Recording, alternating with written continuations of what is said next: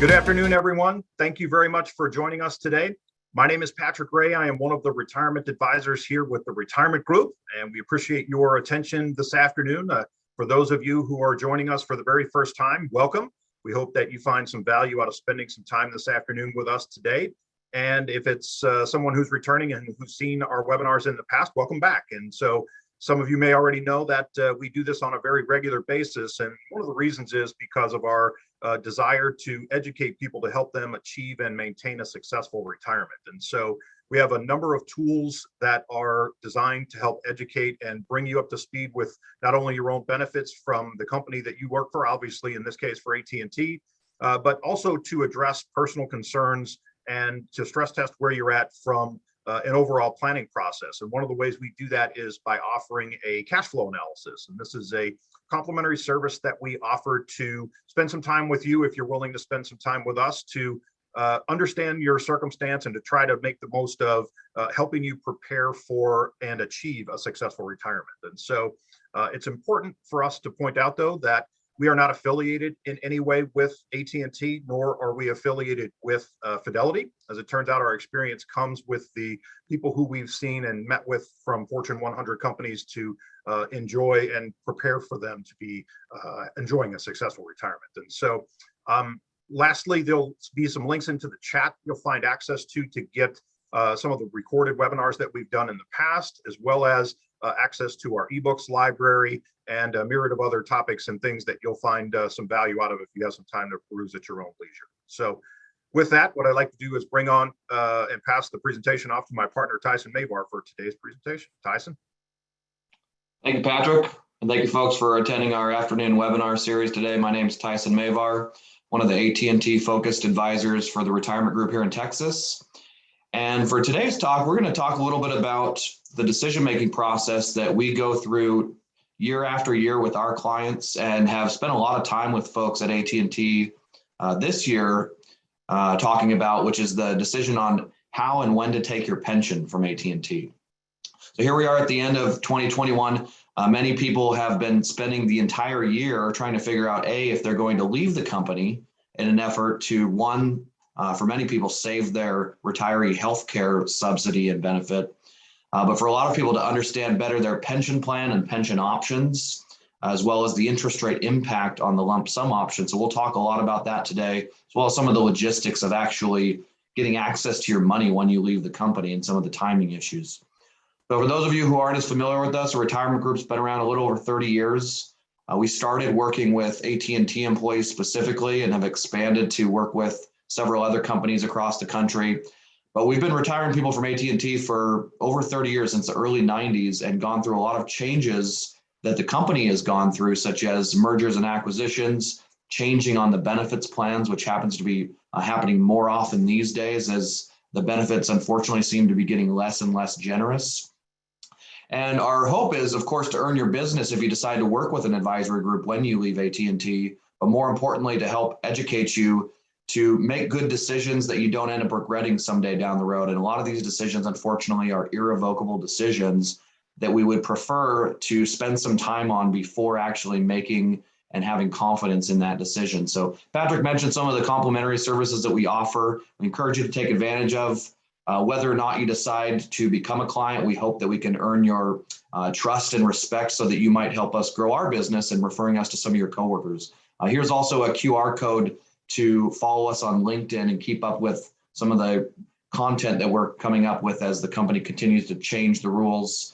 And as we have, of course, likely changes to the tax code coming up here in 2022, as well as some of the investment content that we have for retirement strategies that we encourage you to take advantage of and keep up with.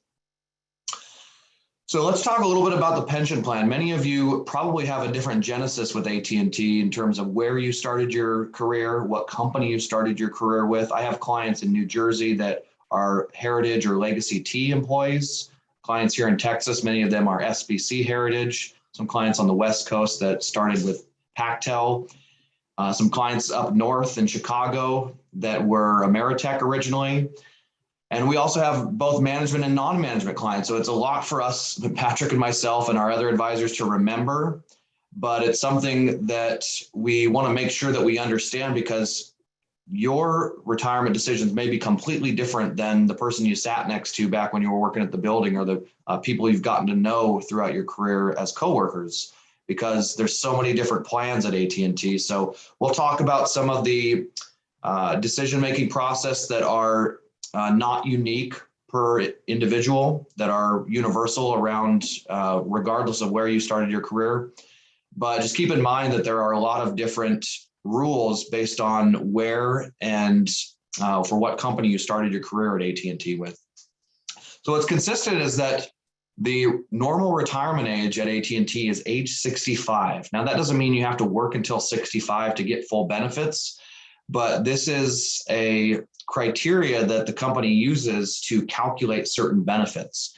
And it's also when the company forces you to start your benefit if you are working past age 65. What I mean by that is if you are older than 65 this year and you decide, let's say, to retire on December 15th, well, for most employees, your first available commencement date, if you're over age 65, is going to be the very next day, December 16th in that case. Now, the rules are a little bit different if you are either Heritage, AT&T, Legacy T, or if you work for Bell South. As it turns out, the normal commencement date is going to be the first day of the month after your retirement. And this is why many of you that are Legacy T on today's call had to retire by the end of this month, by November 30th, in order to get the 2021 lump sum interest rates, because your only commencement date available this year would be December 1st. If you retire in December, your commencement date is going to be forced into January, or January 1st. So things change not only depending on what company you started your career with, but also your age in which you retire. And 65 is a very important date, a key benchmark that the rules are going to change whether you retire before 65 or after 65. So just keep that in mind. But this is also the age at which they will calculate your lump sum based on the actuarial equivalent of all the annuity payments expected beyond your retirement. So we'll talk a little bit about that when we get into the lump sum calculation. So we'll talk a little bit about not only the timing of retirement, the lump sum and interest rate relationship, but also the distribution options, which is a very, very important decision that we hope that you don't wait till the last minute to make a decision on, or at least do some research on, because it is an irrevocable one and it could completely change your cash flow in retirement and how much you actually get from the company, depending on which option you decide on. So first, let's talk about these interest rates. So here we are, middle of November 2021. Many of you know that the lump sum is calculated based on the November interest rates. So unfortunately, we don't know what those are yet because the month is not yet over. But we know if you retire in 2021, what interest rates they'll be using, which is last November 2020 interest rates, which, as it turns out, were the lowest in company history. They use corporate bond interest rates, and there's actually 3 different segment rates that are used. And those segment rates affect different timeframes of your retirement. So for instance, the first segment rate is going to affect the first 5 years of expected annuity payments. It's going to be the lowest of the 3 segment rates. The second segment rate is going to affect years 6 through 20 of retirement. So 15 years of retirement, and as it turns out, 3 times more relevant than the first segment rate. And then the third segment rate is years 20 through life, which of course is a function of how old you are at retirement. The younger you are, the more relevant that third segment rate is going to become in your lump sum calculation. Lower interest rates produce higher lump sum payouts. And we focus the most on the second segment rate because of how relevant it is in this calculation. Like we talked about, it's 3 times more relevant than the first segment rate, and potentially more than 3 times more relevant than the third segment rate, depending on your age. Now, this chart, what we're looking at here, is the average of these 3 interest rates looking back to 2018. You can see rates spiked up a little bit in 2019, and then they've gone down the last 2 years in a row. I personally don't like the use of averaging these rates for the reasons that we just talked about, because one rate is much more relevant than the other 2. But this at least gives you an idea of what's happened in interest rate trends. And if we extrapolated this further in the past, you would see a trend of interest rates falling for the last close to 40 years, meaning that lump sum payouts have been becoming higher relative to annuity payments for the last several decades. Now, if you were somebody who was considering a lump sum 2 years ago in 2019, we have a factor that is based off of your age and interest rates. It's a lump sum factor. And while depending on your age, it could have been maybe 180, which means that your lump sum was 180 times what the monthly annuity payment was 2 years ago. It could be closer to 220 now here in 2021 if you retire and get the 2021 interest rates, whereas your annuity didn't change. So this has made the lump sum more attractive to many people, not just this year, but for many years as interest rates have fallen and the annuity has stayed fixed relative to what the interest rates have done to the lump sum. Now, that doesn't mean the lump sum is for everybody. There's a variety of people that we work with, our clients from AT&T, that we recommended the annuity even this year in the low interest rate environment. And there's a variety of reasons that you might want to consider the annuity even as lump sum payouts are at all-time highs right now. This is also a risk going forward. If you either retire this year and don't effectively commence your lump sum benefit by the end of the year, depending on your legacy company's rules, it's likely that you'll lose some money on your lump sum come January 1st. Or if you don't retire this year, whether it's because you just weren't ready to or you couldn't afford to yet, maybe you haven't reached mod 75 yet, this is a risk going forward that interest rates are going up and your lump sum is going to be going down. So this is why it's very important to pay attention to these things, get the timing right, but also potentially plan for a lower lump sum and plan for less money in your retirement plan, which means you may have to save more along the way, you may have to work longer, or you may have to plan to spend less in retirement because of a lower pension payout. Now, for most of you, that annuity payout is not a function of interest rates. So that could be a possibility. If you are having to work another 5 years at AT&T, you may want to plan or at least be prepared to potentially take the annuity option as you see your lump sum deteriorate potentially over the next few years. But it's very, very important. The rule of thumb we remember, for every 1% increase to the lump sum, a 1% increase to the interest rates, you can expect roughly a 10% decrease to your lump sum. And the younger you are when you leave AT&T, the more severe that relationship is. It might be closer to a 12% drop in your lump sum for every 1% increase to the rates if you're in your mid to early 50s.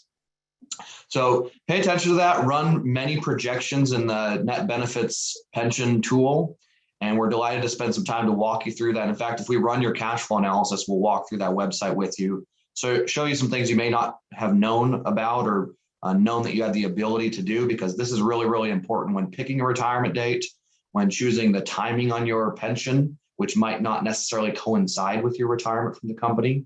Might make sense to defer your pension payout. But here we are in 2021, and although they have not yet published the October interest rates, the most recent interest rates are the September rates. We expect that either later this week or potentially next week, the October interest rates will be published. And unfortunately, the November interest rates, the rates that actually matter, won't be published until the second or third week in December, which means for many of you that you're going to have made a decision in a very short window of time, knowing the information. And hopefully you've already at least come close to making that decision, because we know pretty close what the interest rates are going to be. It's not very likely that they're going to change much from October to November. But as it stands right now, the interest rates are higher than they were last November. So it's likely that most employees will be losing money going into January 1st if they have not retired and taken their pension by that time. So spend some time with us, or at least somebody that specializes in the AT&T benefits plans, to understand the implications for you personally, because everybody's a little bit different on how those rates impact your pension. Now, the default payment option for a single individual is what they call the single life annuity. So this is a pension that is a monthly benefit for the rest of your life. Once you pass away, you, the retiree, those payments stop. And this is also the benefit option through which all other forms of payment are calculated. So the formulas for the pension, whether you're Legacy T, SBC, PAC-Bell, regardless, as long as you're a manager, this single life annuity is going to be the default form of payment. And then they're going to use interest rates and your life expectancy to calculate what that lump sum is going to be. The idea is that you are indifferent between taking all of these options. In other words, you would get the same amount of money taking the single life annuity or the lump sum, assuming two things: assuming you live to normal life expectancy, which is about mid to late 80s, and assuming that interest rates stay the same throughout your retirement and you invest your pension lump sum in corporate bonds, a portion in short term, some in intermediate, and some in long term corporate bonds. So if you're somebody who, let's say, predicts that you will live longer than average, then you might get more money from the annuity. Or if you're somebody who predicts you will be able to produce better interest on your investment than corporate bonds, then you might be leaning toward the lump sum. Those are two of the biggest factors in figuring out what's going to produce more money over your lifetime: guessing at your life expectancy and guessing an average rate of return throughout your retirement. Certainly, neither of those are easy to guess what's going to happen, but we can make some educated guesses based on what we know about ourselves and our longevity in our family, as well as what we know about both our risk tolerance and our expectations for the amount of interest we can earn on our money. Of course, there's no guarantees in either.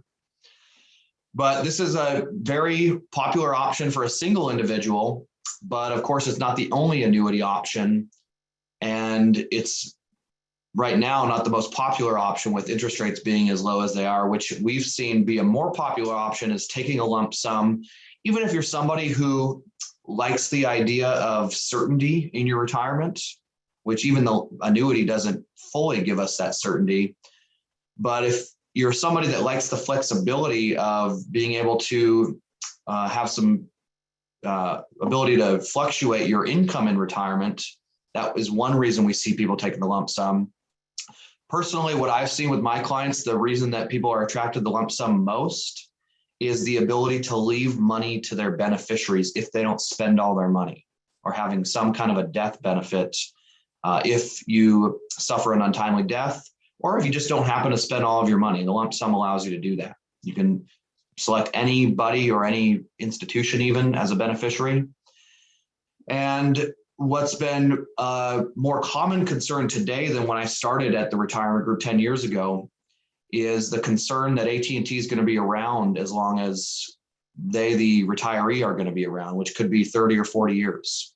Now, I personally am not all that concerned about that. AT&T is still a very strong and large company.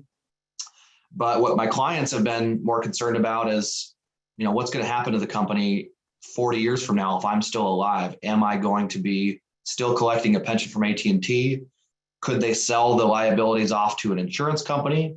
Or in the worst case scenario, could they not be able to pay their bills and have to shift the liability over to the Pension Benefit Guaranty Corporation, or PBGC? So again, this is not on everybody's mind, but it's on some people's mind. It's a reason that I've seen some people wanting to take the lump sum.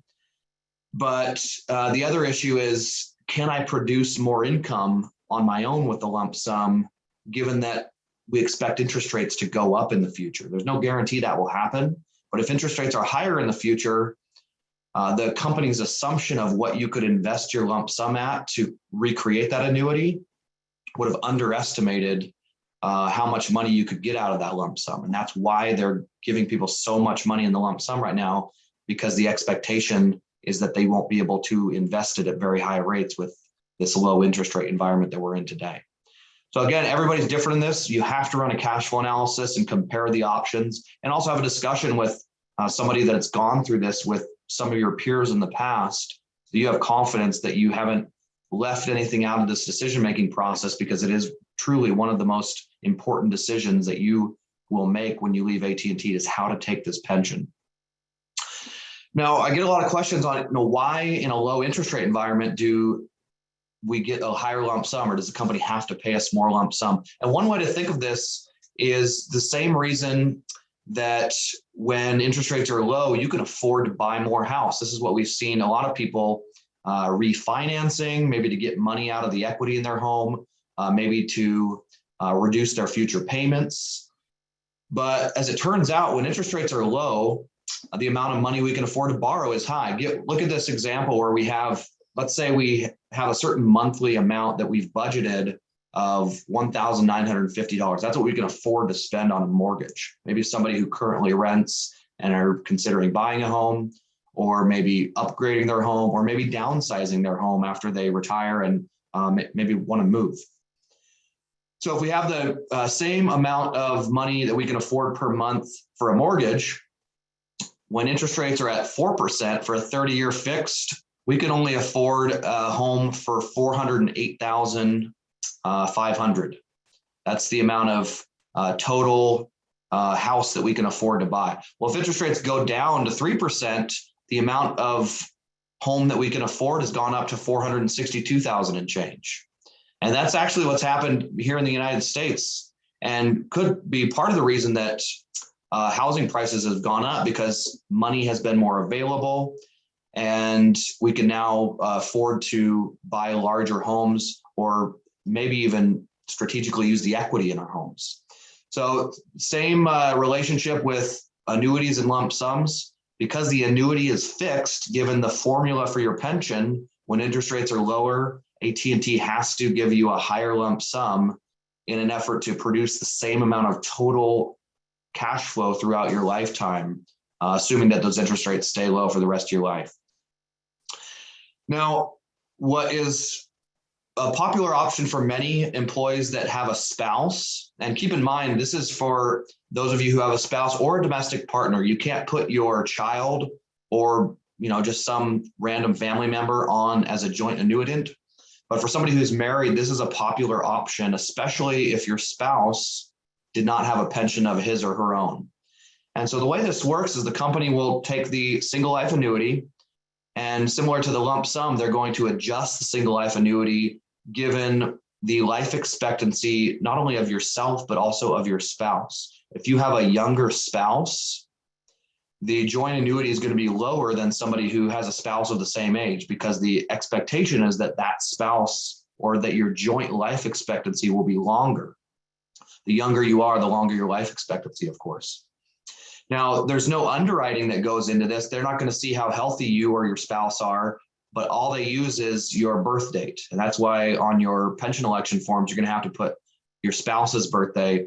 And keep in mind also, if you take any option other than the default joint annuity option when you take your pension, this is what we've seen with a lot of our clients that took the lump sum that have already retired this year, you're going to have a spousal consent signed. So make sure that you have discussed this with your spouse on which option you're going to be taking, because effectively by taking the single life annuity or the lump sum, you are disinheriting your spouse. So the expectation is probably that your spouse would be the primary beneficiary on your IRA if you're taking the lump sum, for instance. But it is part of the paperwork process, and they're going to have to sign in front of a notary allowing you to take either the lump sum or the single life annuity if you are married when you make that decision and when you fill out your pension paperwork. So it could be a good option. Something else that's unique about the AT&T joint annuity is that there is what they call a pop-up provision. You'll see this on your pension projections when it shows joint 50% with pop-up, for instance, or joint 100% with pop-up. What that means is that if your spouse, the non-AT&T employee, predeceases you as the employee, your pension payment will actually pop back up to the single life annuity amount. And as you know, to take one of these joint annuities, you're going to have to take a reduction in your income during your lifetime together. But if your spouse predeceases you, your income will pop back up. But then, of course, if you predecease your spouse will get the amount left over from that joint annuity, depending on which option you took. And many of the pensions have a 100% option, a 50% option, a 75% option. I've seen a couple that also have a 25% joint annuity. What that percentage is reflecting is the amount compared to what you got during your lifetime that your spouse will get after your lifetime if you predecease your spouse in retirement. So 100% option, very common in my experience with clients that have a spouse that does not have his or her own pension benefit.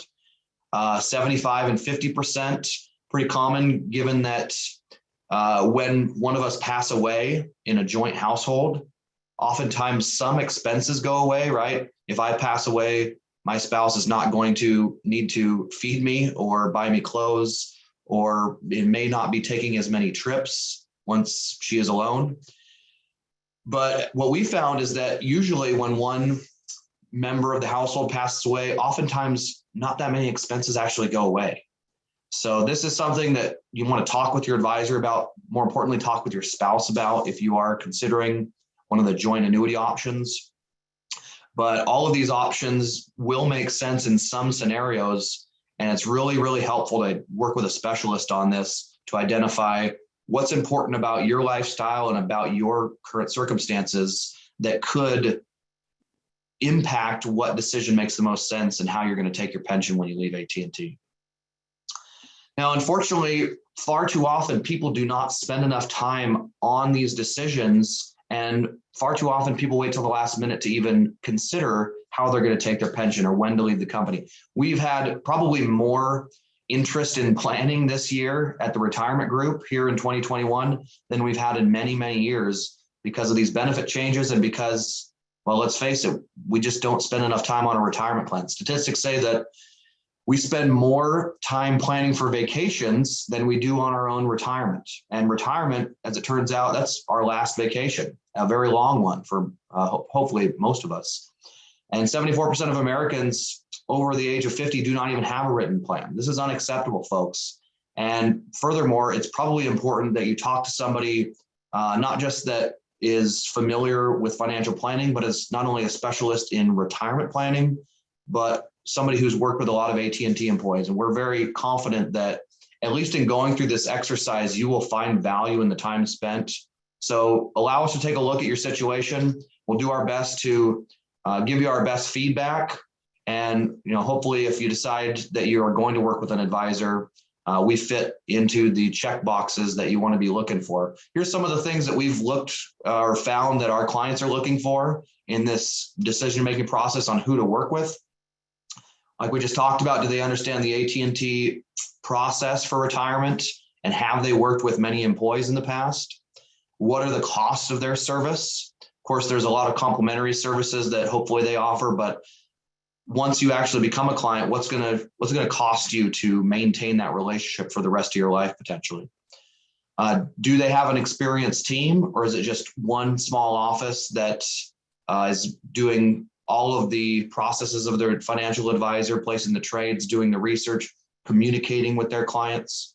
And we found that having a team makes it a lot easier to do an effective job of helping people avoid making mistakes in retirement. And what services do they actually offer? They're purely just managing your investments. Are they keeping you out of tax trouble? Are they making sure that you understand the decisions related to estate planning and Social Security?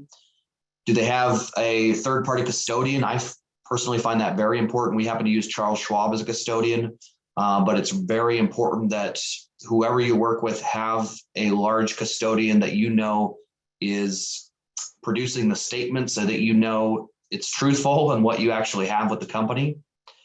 And do they offer a detailed financial analysis? And hopefully it's a complimentary one, because that's where we build the relationship with people to start with and see if it's a good fit, not just from our perspective, but from your perspective.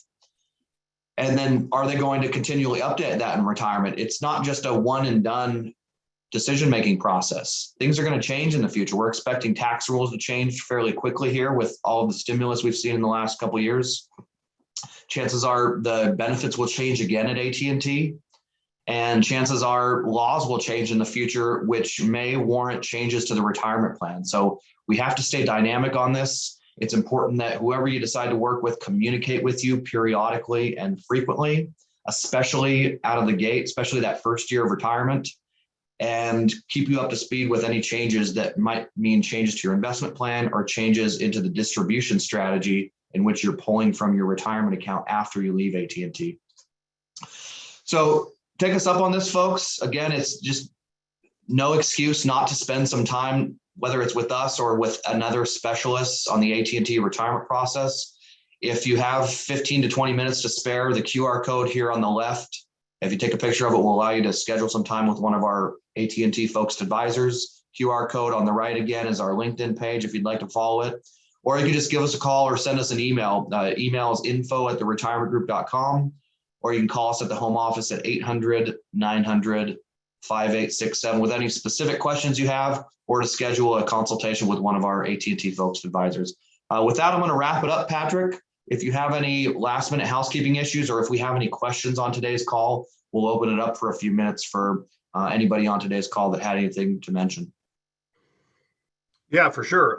As you know, this is a pretty intense time for folks who are trying to transition into retirement, especially if, given the fact that maybe they're working and they had planned on working for another few years, and all of a sudden some of these changes that are occurring are forcing their hand to consider if it's in their best interest with them and their family to, transition into retirement, or at least transition into another stage of their lives. And so typically when we talk about the pension and the process and the interest rates and the calculations and all this, some of these questions that we have today, Tyson, come up on a pretty frequent basis. So we do have some questions. First question is, if you retire this year by taking a lump sum next year, do you still benefit from this year's interest rate?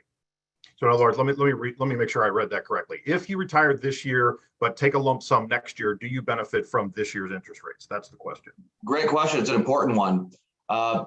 First of all, let's talk about your options here. So you can retire and wait to take your pension. A reason you may do that is because most pensions are still paying interest while you wait to take them. So you'll likely see a rise in both the annuity and lump sum option. However, you are susceptible to interest rate risk. If you are considering a lump sum, you could either benefit or lose money by waiting to take your pension. And that's what we expect this year, because we expect interest rates to be higher. We expect those that do not commence their benefit by December 31st of this year to lose money on their lump sum going into next year. So there's some rules on, when you need to get your paperwork in, what day you need to commence by, which changes from legacy company to legacy company. For instance, if you're legacy T, you have to commence your benefit by December 1st because your commencement date has to be the first of the month, and that's the first day of the month of the year. So again, really important to pay attention to this. Call us if you have specific questions and need to know about this. But there's actually some people that I've recommended, even though interest rates are probably going up next year and lump sums going down, wait to take the pension because they're not going to need that money for a while. And even though chances are interest rates are probably going to just continue to go up in future years, if they happen to go up next year, but then go back down the following year, you could actually benefit from that. And that's one of the reasons in the past we've recommended people retire, but then wait to take their pension in an effort to get a better interest rate environment. Unfortunately, that's probably not going to be the case this year from the turn of 2021 to 2022. Yeah, so we have another question. What rate will affect my pension if I retire this year? Again, depends not on your retirement date, but your benefit commencement date. And unfortunately, it's not one interest rate, it's 3 interest rates. If you retire and commence your benefit by the end of this year, those rates were based on last November, and they are 0.53 for the first segment, 2.31 for the second segment, and 3.09 for the third segment. Of course, we don't know what they're going to be if you commence your benefit next year, but we will officially know in the third week of December, and you can actually go into Fidelity, compare December 31st to January 1st, for instance, and see how much money you're losing because of the new interest rates once they update that net benefits calculator. We at the Retirement Group will probably have a pretty good idea by the end of November or early December, even though the rates won't be officially published by the IRS. But give us a call and we can help you ballpark, at least, given what your lump sum is worth this year, what it's going to change to next year once we have more data. Yeah, and to follow up with that, for more detail, remember the interest rate from the segment perspective on which one of those affects you most is relevant to how old you are. So some of this will have a bigger impact than others with respect to the interest rate change. And so you might find that in your case, it's more advantageous to defer your retirement or defer your withdrawal from your lump sum if you choose to take that, or it might be in your best interest to get it done before the end of the year because the interest rates have an impact on how much you would actually, in air quotes, lose, if you will, by not taking it and having a reduction of that value because the interest rates actually go up. Here's another interesting question, and I'll let you take this and then I'll follow up with some feedback on this as well. Should I take the annuity if I'm not modified 75? Maybe, possibly. That's going to be a function of several different factors, though. Your need for income is one of them. The annuity is penalty-free income if you're not 59 and a half, or even worse, if you're not 55 and qualify for the rule of 75 distribution. It's going to be a factor of your other circumstances, life expectancy, risk tolerance, other resources. If you have a spouse, maybe he or she works. If you're planning on going back to work, there's all these different variables that are going to impact that. So I would encourage you to call in, have us run a cash flow analysis, and just talk to one of our AT&T focused advisors, and we'll at least give you some feedback that hopefully will prepare you more to make a good decision on that, unfortunately, irrevocable decision.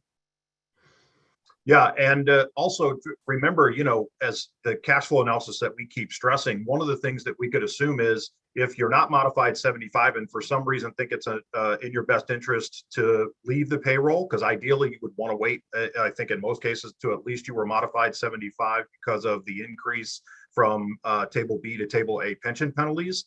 But given the fact that some of you have no control over this and they ask you to leave the payroll and you're not yet modified 75, this is a question that we get pretty frequently. And so if you want to know the difference between the lump sum and the annuity payment itself, this cash flow that we're referring to, it is possible because even if you plan on going back to work, there's no stipulations like there is on Social Security if you're under full retirement age where you can only earn so much money. So it is possible that it might make sense to take the annuity payment and help offset the need for your future income from the other job that you were planning on going to. And maybe it would open the door to other avenues of options that you have because you don't technically need to replace 100% of your AT&T income because you're getting an annuity payment from your vested pension benefit. Something else that also comes up is a lot of our people have split service. So many of you started as a non-management employee and then transitioned into management. That happened frequently in the late 90s to early 2000s. And so if you have two pools of money, what's great about the system is that you're not required to take the same election on both plans. And so if you're considering, and if you have split service and you log into Fidelity and you see two different pools of money, one of the great things about the system is, or the way it's set up, is you can elect the lump sum option on one of the plans and the annuity payment on the other, as an example, in case you are concerned about fixed payments or you want to reduce some of the volatility of having a lump sum option and those kind of things. And of course, this is where all of the benefits, among others, come from running the cash flow analysis to try to determine this. And so we got a follow-up question that I think we need to clarify just so we're all on the same page. The question is, what is the rule of 75 distribution?